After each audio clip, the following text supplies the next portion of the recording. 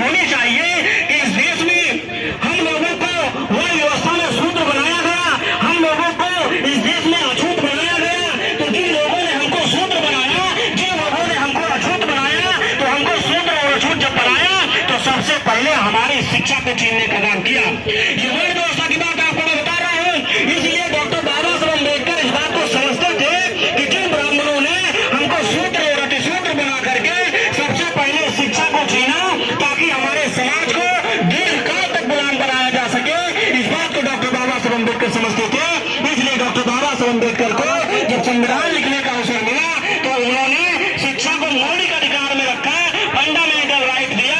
इसके बावजूद भी साथियों वर्तमान सरकार फंडामेंटल राइट को खत्म करने का काम कर रही है, क्योंकि साथियों जो सरकार है वो ब्राह्मणवादी सरकार है, और ब्राह्मणवादी जो सरकार है वो इस बात को समझती है कि अगर इस देश में किसी को दीर्घकाल तक गुलाम बनाना है तो उसको बौद्धिक रूप से गुलाम बनाना होगा। क्योंकि साथियों पैर में जो बेड़ी होती है,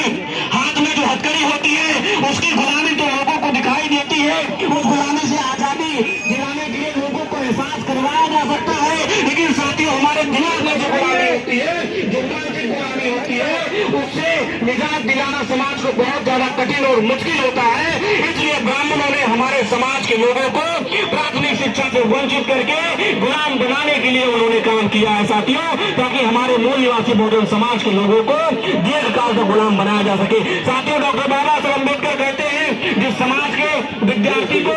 बौद्धिक रूप से अपंग कर दिया जाए उसका पूरा समाज अपंग हो जाता है। इसका दूसरा मतलब होता है कि इस देश में जो ब्राह्मणवादी सरकारें हैं वो शिक्षा को छीन करके हमारे समाज के बच्चे को बौद्धिक रूप से अपंग बनाना चाहते हैं। बौद्धिक रूप से अपंग बनाने का दूसरा अर्थ है कि पूरे समाज को बौद्धिक रूप से अपंग बनाना चाहते हैं, क्योंकि साथियों जो विद्यार्थी होता है वही भविष्य का नेता होता है, जो विद्यार्थी होता है वही भविष्य का समाज सुधारक होता है, जो विद्यार्थी होता है वही IAS होता है, वही IPS होता है, वही IAS होता है। इसलिए साथियों मैं कहना चाहता हूँ कि ये बहुत बड़ा षड्यंत्र है, हमको इस बात को समझना होगा और जानना होगा। साथियों अगर इस आंदोलन के बाद ये वर्तमान सरकार ने इस फैसले को वापस नहीं लिया तो भारतीय विद्यार्थी मोर्चा, भारतीय युवा मोर्चा और भारतीय बेरोजगार मोर्चा एवं राष्ट्रीय मूल निवासी महिला संघ एवं भारत मुक्ति मोर्चा, राष्ट्रीय पिछड़ा वर्ग मोर्चा,